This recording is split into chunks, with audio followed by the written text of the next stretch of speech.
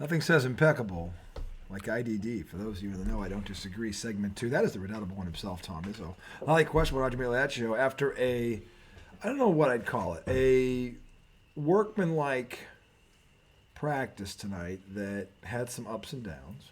But the frustrating part is when you try to send one message and they don't get it, regardless of how fucking obvious it appears to be, you end up maybe in your garage with a fucking big fucking jar of fucking weed and little pin whip, oh, by the way, the new sponsor. The second sponsor. You know? Mountain Dew Zero Sugar, Baja Blast. If you aren't familiar, look, if you're a millennial, you probably had Baja Blast at Taco Bell. He said this, yeah. Did anybody else have it, Carrie, at Taco Bell? I don't think so. That's interesting. I could be wrong. But I remember like Heather and DJ being like, oh, get me a Baja Blast. When I saw these, I was like, holy shit. It's in a can, zero sugar. And with Pin Whip on the rocks, holy fuck. Talk about magic. And simple. It is so simple. Just simple and perfect for the day go by. But yeah, so we had a interesting practice tonight. I contemplated the murder of 3 children, one of which is my own. The other of which is mine. Is his. God damn it, I'll never forgive you, RJ. And I love him. I love John. And that's why it's frustrating, because I love him. If I didn't care about him, it wouldn't bat an eye. But I love the kid. I know. And he's a good kid. And it's just, you guys, a lot of you are parents, you're dads, or you have kids. And if you ever coached them or tried to, then you know exactly what the fuck we're talking about. So it's, and it's, it's funny. There's no one answer to this. It really depends on the kid. So it's just, and in the sport of basketball, the first 2 years organized are rough. Especially if they're 8, 9, 10, because they don't, there's just a lot of things they physically can't do yet. And when they're learning to play in a game that's based on reaction, it looks really bad. And you know what I'm talking about if you've ever sat in the stands and watched this. It's tough to get through. And it's not their fault. They're young and they're learning. But you have to convince them that it's okay to fail. Right. And that it's okay to learn. Push through it. And just push through it because it'll get better. Kids today want to, a lot of kids are like this. They want it easy, and if it's they'll just put it down and go play video games. I'm like that. There's so many, See, I was never like that. I'm like that. I was always like, if you struggle with something that you're interested, if you're not interested in it, that's one thing. But if you have an interest in it, then you're inclined to stick there and stick it through. I was very fortunate. I had a great coach living right under my roof, who explained things, the why behind things before. So if I struggled with it, I understood it. Some coaches don't know how to do that. The really good ones do. They always say there's a why behind this. And if you understand the why, you're more inclined to try to do it. So tonight when we were doing a drill, I said, look, the reason we're timing you is because you guys have a problem. You struggle shooting because you practice at a different speed in the game. So when it speeds up, you're not ready. So now we're going to do it on the clock. And you got to get shots up, and it's got to be fast. Try and get them to do this at a quicker pace. So when they get in the game, it doesn't speed up for them anymore because they're practiced it. So that was my fault as a coach. And again, when you're dealing with 9-year-olds, that's usually a drill I'd reserve for 12-year-olds because the game, it's slower. But literally... you got to learn it slow before you learn it fast. Yeah, literally, if we, and I said this tonight and I wasn't making it up, if we just shot 30% from the field per game, we'd be 8-2. Because we're so good defensively. And that's what's frustrating. We're shooting like 12%. I don't think we're at 10. You don't think so? I think we're less than 10%. I really do. I'm not kidding when I say that. We've broke 20 twice. Good for us. I mean, and yet, if you're going to do something, do it all the way. So we were talking about this, and the thing is, you didn't see what happened on Sunday where they got railroaded, which was the worst part. Dude, but never underestimate how difficult and complicated it is to communicate with your kid. It's incredibly hard. Because the thing it's a complicated situation. Yeah, I mean, but the problem with my kids is they both, and this is both a problem and a blessing. From a scholastic perspective, it's a blessing because they're like my wife. From an athletic perspective, it sucks because they're like my wife. They are. And I'm not talking about physical ability. I'm talking about the mentality. Okay? So it's a blessing and it's a curse. That's why when I talk to him, I can't relate to him because though he looks like me, he's her. So that's what, and look, I didn't, my father and me. In what way? Like, explain that. When my father and I was my father. I understand, but so he could say something to me. He's her. Like, she doesn't understand. Like, she doesn't understand most of what I say when it comes to sports. Got you.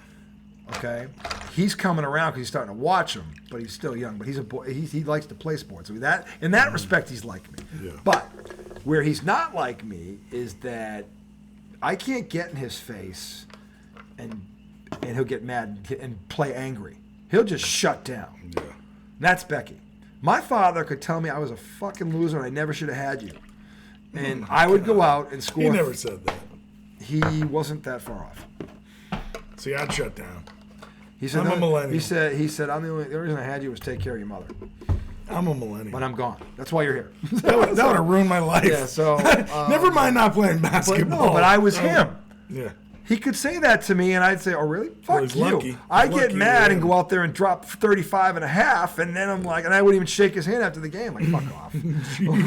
I wouldn't say it, but I just don't even want to talk to you right now.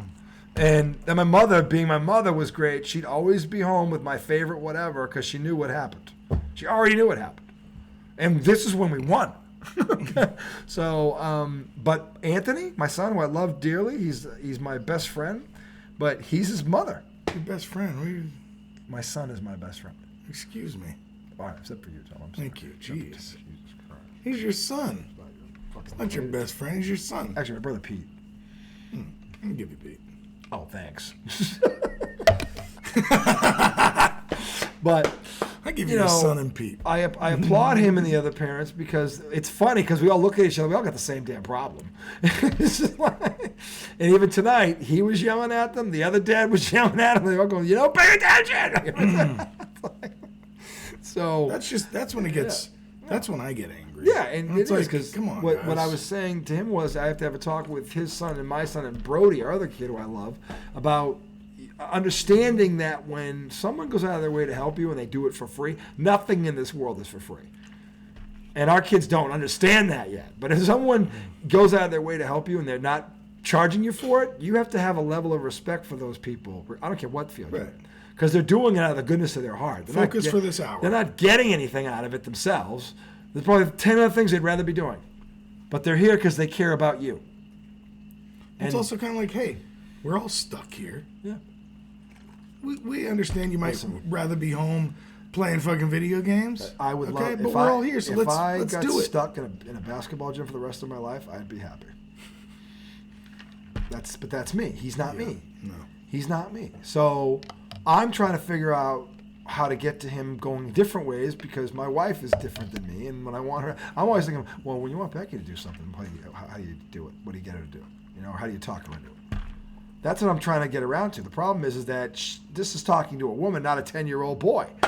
It's not the But they're the same person. They have the same personality. They are. Good point. Good distinction. So I just, and he has the same problem with John, and that wasn't supposed to be the segment tonight. I don't know if John's me or if John's Casey or some kind of, I think he's some kind of mix. The one thing that John has in common is that, and a lot of kids are like this, regardless of what generation you grew up in. If it doesn't come easy to them, a lot of them give up right away. Or they get frustrated because it doesn't come easy, and they haven't learned yet that nothing worthwhile is really easy, and the things that are easy aren't usually worthwhile. At the end of the day, you don't learn that till you get older. So, and it's a hard lesson to learn. But I don't know if that's me or Casey.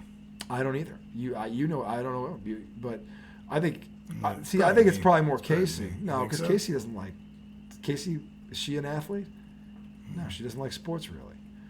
So maybe he's more her. Okay, so that, and again, it doesn't mean you can't get to him. There's different when you talk to that type of person, different when you talk to someone like me or you, exactly. And that's where you're trying to figure out, well, how do I reach him? How do I get him to understand why this matters and why it's good for you? Mm-hmm. Okay, look, you can. Here's the thing that I would say to John, and I don't know if it will work, but I would say, look, the reason I want you playing sports is there are things you can learn in team sports you can't learn in a classroom, and that's very true. That's very true. I like that approach. Okay, and I'm not saying it would work with him. I've had some kids where it has worked with. It might, because he always complains about how he doesn't learn anything in school. This is the thing. He comes home and goes, they don't teach me anything. Yeah. I learn more off YouTube.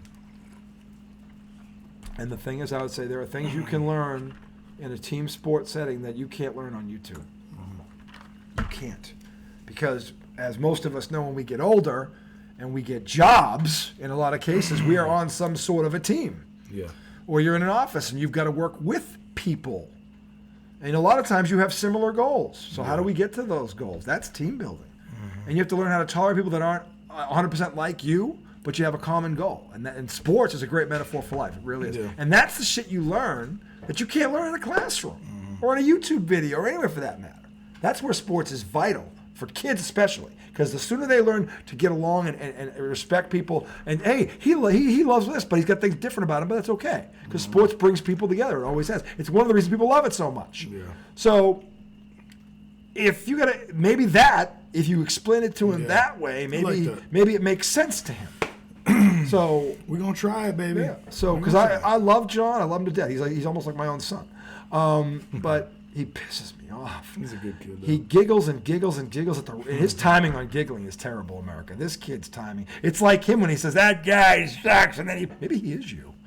That's what I think he might Because he giggles right when I'm trying to say something important. That was me all the time. And by the way, it's almost on cue. Well, the thing is, the scarier, the crazier,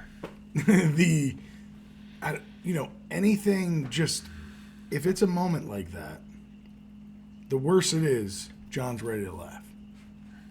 I think it's how he deals with It's a defense things. mechanism, maybe. No, but it's also like he actually thinks it's funny. He's a little sick in the head. Yeah, I think he's like me. He and I wouldn't be good teammates because if we lost a game like yesterday, I'd be breaking shit. And he'd be like, "What? Why do you care?" And I'd be like, "Why don't you?" See, that's me. Yeah. Why That's don't me. you care? Did you see we just got porked? What the fuck? Are you kidding me? See, you know, that doesn't bother you? I'd be like, dude, where are we going to eat? You'll get nothing and like it. I'm like, can we go get Raising Cane's? They just opened. But the thing is, like, literally, we walked out and John goes, "Can we go to McDonald's?"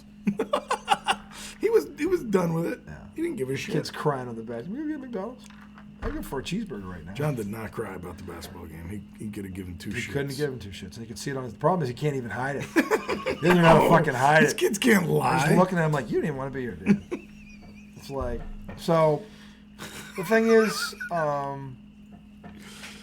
that bothers Anthony because Anthony is his friend. He loves him, but he doesn't like it there. He doesn't want to play. He's only playing because I asked him to play. And that's got to be frustrating for Anthony. Yeah. Because it's like he doesn't care about it as much as me. Even, Brody comes over and works on this. I haven't seen John in my driveway in a couple months. So. No, there's something. He's resisting it. Yeah. He's resisting it. And I don't know. I don't really know. And the thing is, then if he complains about someone not passing the ball, like, you want to know no one passed you the fucking ball? Because you don't give a shit. You're not ready. And you're not even, and you don't care. And it's not like you're hiding it. I think everybody knows it. So don't turn around and bitch about not getting the ball. Or last week, I don't know if you heard this, he complained to Anthony about not playing a lot of minutes. And Anthony's like, you haven't been here for a week. And he's going to throw you in the starting lineup. And by the way, you have a confidence problem. So this is where the parent, and every parent that has kids playing has this problem at some point. So it's not uncommon. It's just there's different. It's his first year playing basketball. Yeah, and the first year's always hard. So I always keep trying to tell him, look, John, this is the hard part. It gets easier. You just got to stick with it. Just got to stick with it, and it will come. I promise you, it will come. And John, this is the other thing. John's a lefty. John has I got news for you. Okay. Being a lefty basketball player is like being a lefty boxer. Okay, it throws everyone off because we do everything backwards, and they're just not used to it. and he's got a tremendous advantage. He doesn't understand that he has this, and that's what's frustrating for me because he could tear people up if he worked at it. Because it's like he just does everything backwards, and it would fuck them royally up. Yeah. I've trust me. I fucking played all the way through because of this. So he just got to have the willingness to work at it, and then when it comes, and it will. But yeah, my thing is, I hope he stays with it, but I don't think I'm going to force him. You don't have to force him. Because I forced him to play. I need it. Because we only have 7 kids. And I don't regret it because I like watching him out there, and he has grown. He scored 2 baskets this year. Yeah. I never thought he fucking hit the rim. So swishes both of them. Yeah, from the baseline. Nice little Jay held his form up. I was like, yeah. He's actually got a pretty shot. He does. He actually just doesn't really like the game. No. Because it's still really tough. Mm-hmm. There's still the dribbling and the catching and the why do people keep taking the ball? Traveling and the double dribbles and the defense. Why do they keep taking the ball? Well, you keep showing it to them. So that's the hard part. Yep. And hopefully he gets through that. And because Anthony and Brody I think Brody likes to play. Brody's done a lot. Brody's gotten a lot better. Yeah, Brody has gotten a lot better. So Brody plays every day. He plays, and he likes it. And he cares, and his shots improved a lot. His form, he had no form he had no form. Yeah. Now at least he holds it. He's getting there. Most kids on the team had no form. Well, they have a form.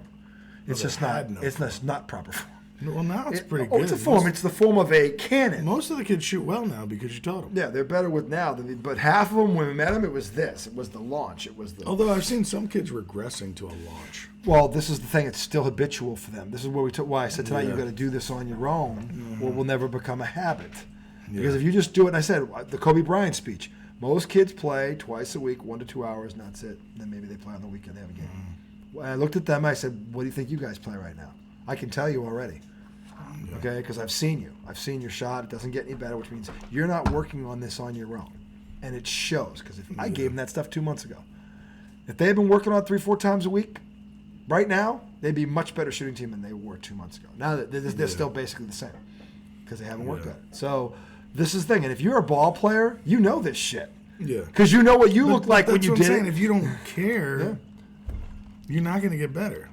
Well, that's the thing. I said, I can't make you, what I said, we can't make you better. I said, nothing myself or Coach Lawton or Coach Tom or Coach Dan could teach you is going to make you better. It's going to give you a path to make yourself better. Yeah. But if you don't go out and work on it, no matter what we teach you. Right. So that's the truth. And I've seen it. I've been coaching for a long time. I've seen it. So anyway, the other thing that happened. Now that you've all gone to bed. Yeah. The other thing that we were talking about, the NFL. Should we stop it and start it again? We could stop it. What was this, the parent segment? Yeah. I mean, we're going to make people listen to 17 minutes of that shit. I thought it was very informative. Yeah, it's informative, I'm sure. I bet. I'm sure. They're going to be like, you're talking about their fucking kids playing basketball for 20 minutes? Hey, our favorite fan says he likes our personal stories. Who's our favorite fan? You didn't even read the quotes on the blogs? We have quotes. Really? Yeah. What? Let me look at this. Oh, my God. Well, you know what? We are going to take a break now. I'm going to smash some over his head. We'll be back. Look at this. Segment 3, we're going to talk NFL. You don't look at the draft is coming up. Are people really commenting? He might be our favorite fan. You should hear this guy. Anyway, are people really commenting? Yeah. Yeah. Not every episode, but we've got some comments. Anyway, we're going to see you back segment 3. We're going to talk NFL offseason. The draft is a month away. And by the way, I want his take on this weekend and Mr. Caleb Williams bypassing all the physical shit. Texting. We are back. Welcome back to and we're also back there. So we'll see you in a minute on segment 3.